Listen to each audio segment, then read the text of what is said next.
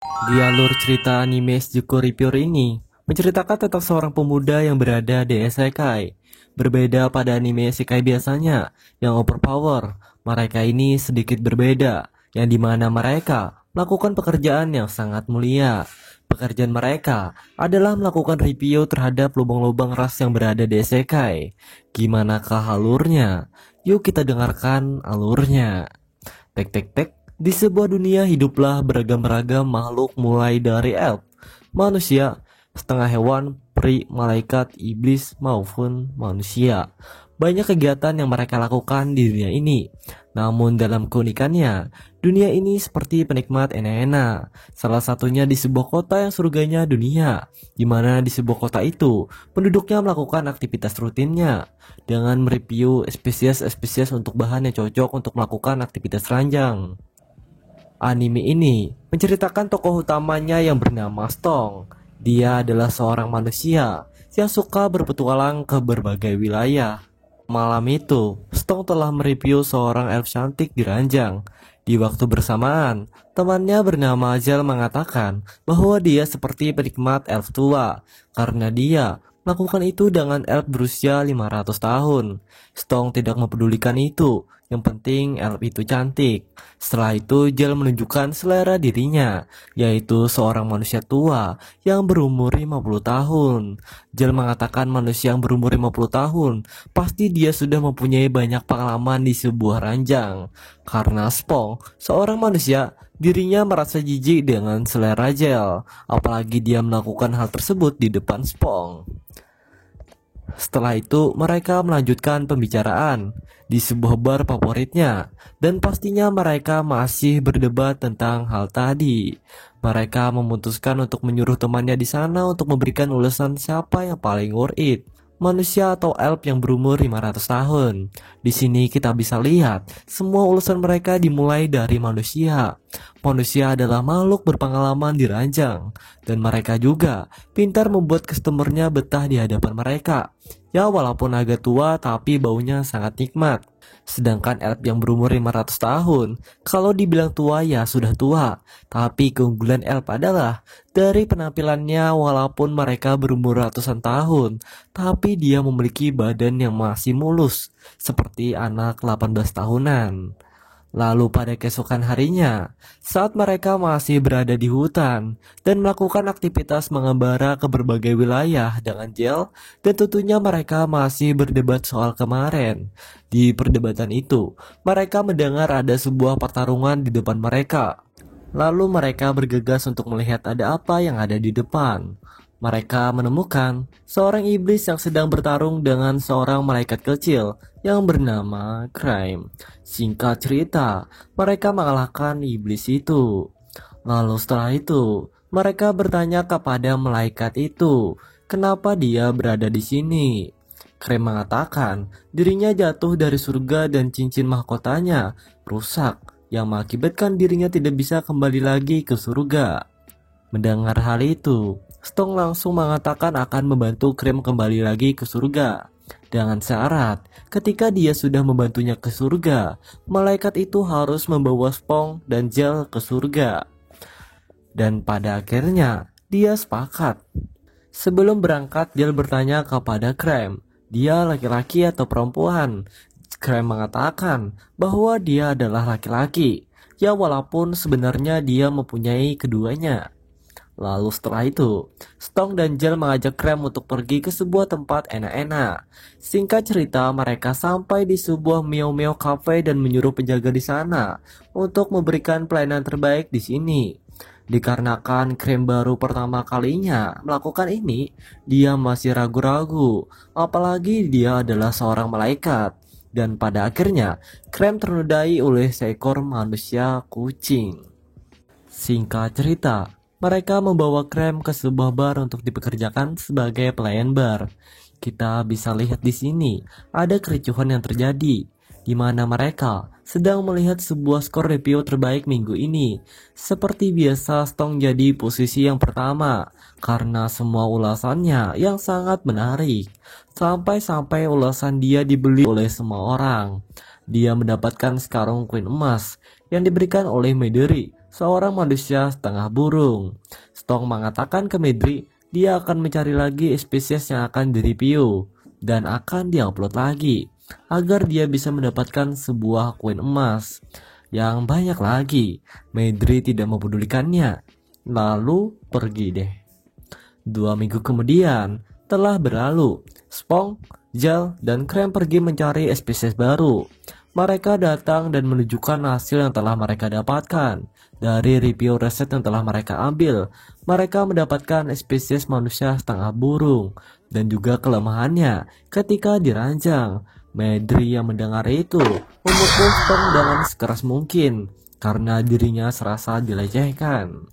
Lalu dikarenakan tim Spong atau disebut pemburu Skubus ini, ketenaran mereka makin naik di kota ini. Mereka pun makin semangat untuk mencari lagi spesies yang menarik untuk direview. Lalu saat di bar ini, Stong, Zel, dan Kancel mencari ide untuk membuat ulasan Skubus lagi. Lalu saat itulah mereka melihat sebuah kelompok peri yang membuat transpirasi dan ingin mereka review. Singkat cerita, mereka pergi ke distrik Skubus dan menemukan toko peri. Di dalam sana, mereka sebelum main harus diukur dulu pedang saktinya, karena peri juga mempunyai batasannya.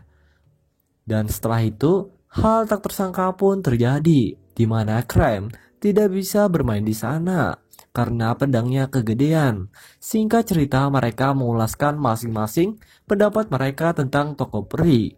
Apalagi di bar mereka terbuat heboh karena ulasan Krem yang sangat menghebohkan.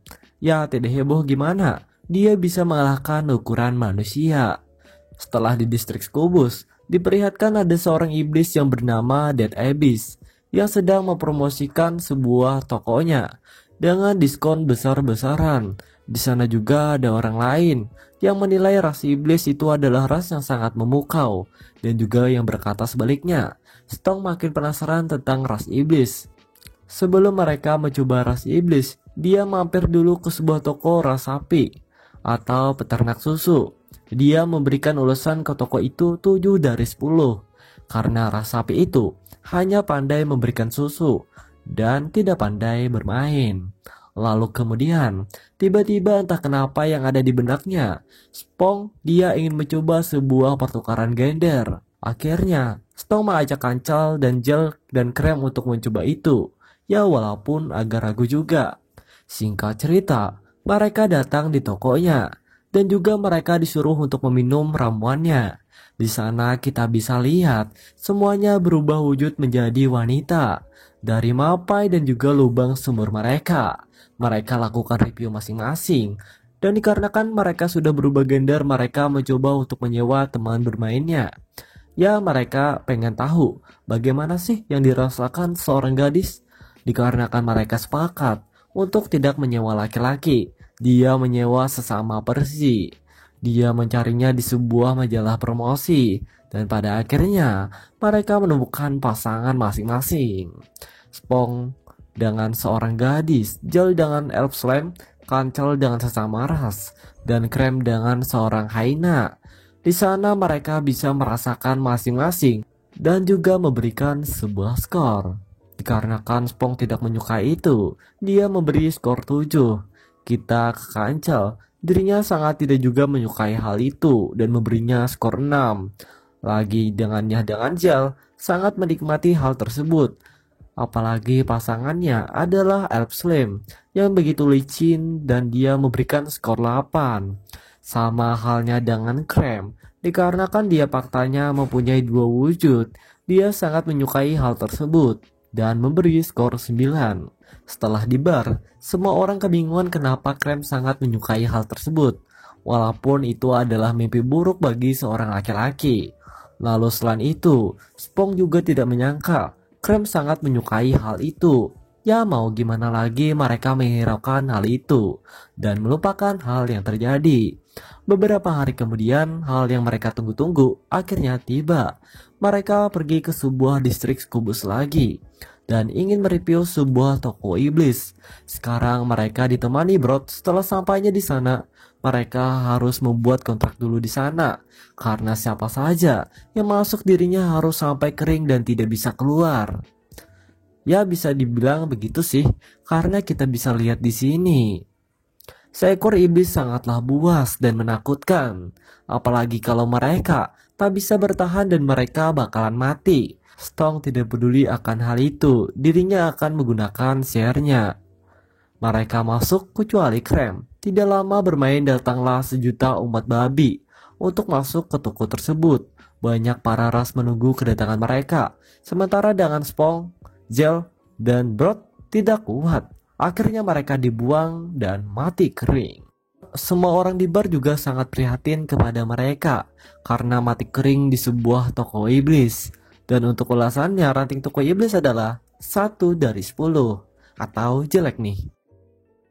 Di sisi lain, Krem yang baru bangun tidur bertemu dengan ras tanaman yang bernama Kami. Dia adalah master chef di sebuah bar itu. Dirinya mengatakan bahwa persediaan batu permata api sudah habis dan menyuruh Spong Tim untuk mencari batu tersebut di sebuah pegunungan berapi yang dijaga oleh salamander api. Lalu karena tidak mudah untuk mendapatkan batu tersebut, mereka pun memutuskan untuk memikirkan terlebih dahulu untuk beberapa waktu. Dan pada akhirnya, mereka memutuskan pergi untuk mencari batu tersebut. Di tengah perjalanan, mereka disambut oleh sekelompok monster batu dengan jumlah yang sangat banyak. Saat sit-sit, untungnya mereka bisa mengalahkan monster tersebut dengan mudah. Namun batu itu yang tadi bersatu dan membentuk sebuah raksasa batu yang begitu besar, tapi itu Stong tidak takut akan hal itu. Saat set, dia langsung menebas monster itu dengan sekali tebasan. Krem di sana bertanya kepada Stong, kenapa dia sekuat itu? Jill bilang, Stong telah kuat dari masa kecilnya, bahkan dia bisa mengalahkan prajurit dewasa di masa lalunya. Walaupun dia anak yang telantar, karena ayahnya beda pendapat tentang diri Stong. Dan apakah itu? Kita bisa lihat nanti. Lalu lanjut, selama perjalanan, hal tak disangka pun terlihat. Di sana ada sebuah toko skobus di tengah gunung-gunung berapi. Ternyata di sana ada toko skobus salamander api yang siap melayani semua customer mereka. Dan mereka mampir ke toko tersebut. Terjadi lagi, mereka menikmati hal tersebut. Namun Krimlah yang sangat menikmati itu. Karena dia tahan api, dia bisa bermain dengan salamander itu, diranjang dengan mudahnya. Stong dan Gel berkecil hati, akhirnya mereka keluar untuk mencari batu api dan meninggalkan Krem sendiri di dalam. Dan singkat cerita, mereka mendapatkan batunya dan mereka pun pulang. Misinya pun selesai. Beberapa hari kemudian lagi, di sebuah hari yang cerah, ada seseorang yang memakai jubah di sebuah kota. Dirinya mengatakan bahwa akan mencari mangsa untuk dia makan dan dibagikan ke teman-temannya. Setelah itu, dia bertemu dengan Medri di luar bar dan menyerahkan sebuah surat yang akan diminta diserahkan kepada Stong. Medri memberikan surat itu ke Stong dan mengatakan ini adalah misi rahasia dari seseorang. Stong mengetahui itu, bahwa yang akan mereka temui adalah seorang Cyclops. Dia merasa malas untuk bertemu dengan hal tersebut. Namun Medri memberikan imbalan kepada Stong. Dan pada akhirnya, mereka gaskan pergi menemui ras Cyclops. Lalu mereka pun langsung berangkat ke tempat tersebut. Singkat cerita, mereka mereview toko Cyclops itu dengan gadis pilihan mereka masing-masing. Dari 1 sampai 10, rata-rata nilai toko Cyclops itu yaitu 8.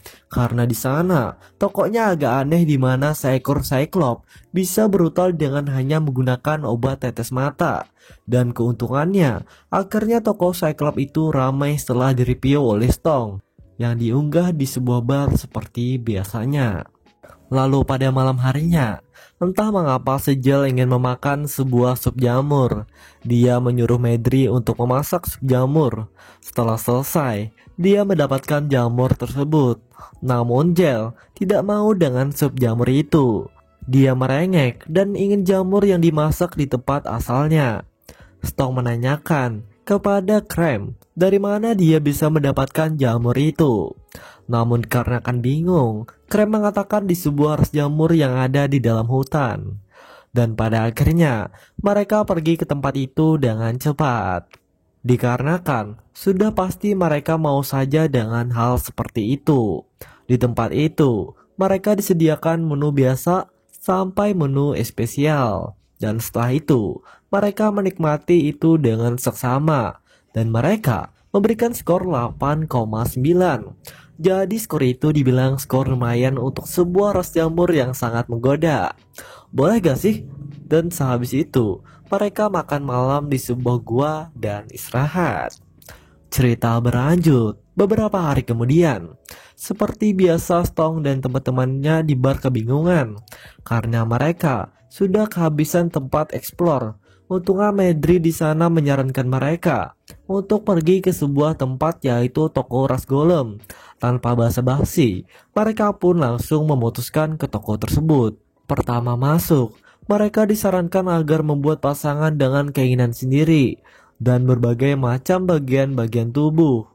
Lalu di sana, Kancal menggunakan otaknya 100%, di mana dirinya membuat replika Medri dengan sangat begitu mirip sehingga dirinya akan sangat menikmatinya.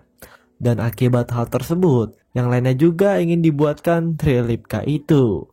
Pada akhirnya, mereka menikmatinya. Keesokan harinya, mereka seperti biasanya mengupload ulasan mereka tentang toko golem tersebut, di mana rating mereka sangatlah tinggi. Tidak seperti biasanya, Medri terheran-heran kenapa rating golem itu sangatlah tinggi. Dia menanyakan hal tersebut kepada Krem, apa yang sebenarnya terjadi. Dikarenakan Krem yang begitu jujur, dia mengatakan semuanya alhasil Medri marah dan memberi hukuman kepada mereka hingga babak belur. Lalu pada sorenya, saat mereka masih beristirahat, apalagi badan mereka masih pegal dengan tinjunya Medri, apalagi Krem, dia sangat begitu jauh lebih kelelahan dengan bekerjanya sebagai pelayan. Lalu Stong membuat rencana bagaimana mereka kalau liburan di sebuah tempat. Mereka pun menyetujuinya dan langsung berangkat. Krem berhayal dirinya menikmati liburan tersebut. Namun setelah sampai di tempat liburan, tidak sesuai dengan ekspektasinya Krem. Mereka malah pergi ke sebuah tempat enak-enak lagi, ke toko cahaya ilahi. Setelah itu mereka disambut oleh penyihir cahaya yang mempunyai cahaya ilahi. Dan tanpa panjang lebar dia masuk ke dalam. Di sana tempatnya sangatlah terbuka dan tidak ada kamar. Apalagi mereka sangat malu-malu kucing di tempat yang terbuka. Apalagi pedang Krem yang tajam dan dia malu kalau dilihat semua orang. Dan kesimpulannya, sebagai riset bahwa mereka menilai itu kurang. Karena kenapa? Karena di sana tertutupi oleh banyak cahaya ilahi. Jadi mereka tidak menikmatinya 100%. Rata-rata nilainya itu 5,5. Apalagi tidak ada kamar dan kasur. Di sana ras kegelapan yang melihat review itu merasa tidak ingin menuju ke sana. Apalagi mereka membenci cahaya. Lalu hari pun berlanjut. Mereka pun kali ini pergi ke sebuah tempat eksplor lagi. Tempat ini bernama Toko Budak Film, di mana mereka bisa memilih salah satu gadis dari sel ini dan memperbudak mereka di ruangan pribadi. Dan tentunya Stong dan teman-temannya hadir di toko itu dan segera mereviewnya. Mereka sangat menikmatinya, walaupun agak kurang dari segi akting mereka, yang membuat nafsu makan mereka tidak naik. Akhirnya mereka menilai toko itu dengan angka 7 dari 10. Kekurangannya adalah dari segi akting yang sangatlah kurang. Lalu pada saat siangnya, Stong mendapatkan surat dan harus pergi selama seminggu lamanya. Karena itu adalah quest penting bagi mereka. Tujuan mereka adalah pergi ke menara Skubus asli di arah barat. Dirinya mengajak teman-temannya ke sana. Lalu sesampainya di sana, mereka disambut oleh gadis yang menawan. Berbeda dengan toko Skubus lainnya, di sini mereka bisa memesan apa yang mereka mau dari segi bentuk maupun ukuran, dan juga harga yang tergolong murah, dengan waktu 2 kali lipat dari toko biasanya. Di sana Krem terheran-heran kenapa tempat sebagus ini tidak selalu dikunjungi oleh banyak orang. Lalu singkat cerita, mereka seperti biasa mengunboxing gadis-gadis yang ada di sana dan melakukan review. Selama review, kita bisa mengetahui kalau keunggulan Manara ini adalah mengeringkan semua tenaga petualang hingga tetes akhir. Krem sudah tahu kenapa menara ini tidak dikunjungi selalu oleh semua orang, karena tempat ini akan membuat tepar pengunjungnya sampai-sampai 2 minggu lamanya. Kemudian cerita berlanjut. Setelah kejadian tersebut, Stong dan yang lainnya menghilang dan tidak pernah kebar akhir-akhir ini. Kecuali Krem, para netizen ulasan sangat menunggu review baru mereka dan ingin mengetahui apa yang mereka rencanakan hari ini. Dan ternyata Stong, Brod, dan Gel sedang pergi ke sebuah istana vampir yang sedang mengajak temannya untuk pergi ke toko mayat hidup di tengah hutan. Lalu mereka pun langsung ke sana. Di sana mereka disambut oleh zombie. Dengan sambutan itu, tercium bau busuk layaknya para orang mati. Dan waktu pesanan pun tiba. Stong memilih zombie itu. Gel memilih hantu dari Cina. Dan si vampir memilih vampir gadis cantik. Dikarenakan Brod tidak menyukai bau amis, akhirnya dia memilih seekor kauri saja, walaupun tidak mempunyai lubang. Dikarenakan tempat yang minimalis dan bau yang tidak enak, mereka menilai tempat tersebut 6 poin. Setelah selesai melakukan semuanya, mereka pun kembali lagi ke bar. Ketika Stong kembali ke bar dan ingin mengunggah hasilnya, ternyata di papan itu banyak sekali yang meniru review Stong hingga membanjiri papan itu. Stong tidak terima akan hal itu. Dirinya mencari ide agar dia bisa menjadi populer lagi dan tidak ada yang akan meniru ulasannya. Pada akhirnya, mereka memutuskan untuk pergi ke kota penyihir. Tanpa banyak drama, Stong dan rekan-rekannya pun langsung berangkat ke tempat tersebut. Lalu pada saat di perjalanan, 1 hari sebelum tiba di kota, mereka beristirahat dengan membuat kemah. Lalu mereka pun berbincang satu sama lain dengan membahas rencana mereka agar review mereka bisa jadi makin naik ketenarannya. Lanjut, setelah sampai di sana mereka disambut oleh penyihir yang bernama Demia.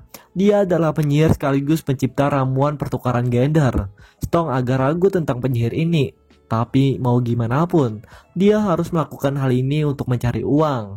Lalu mereka pun melakukan aksinya.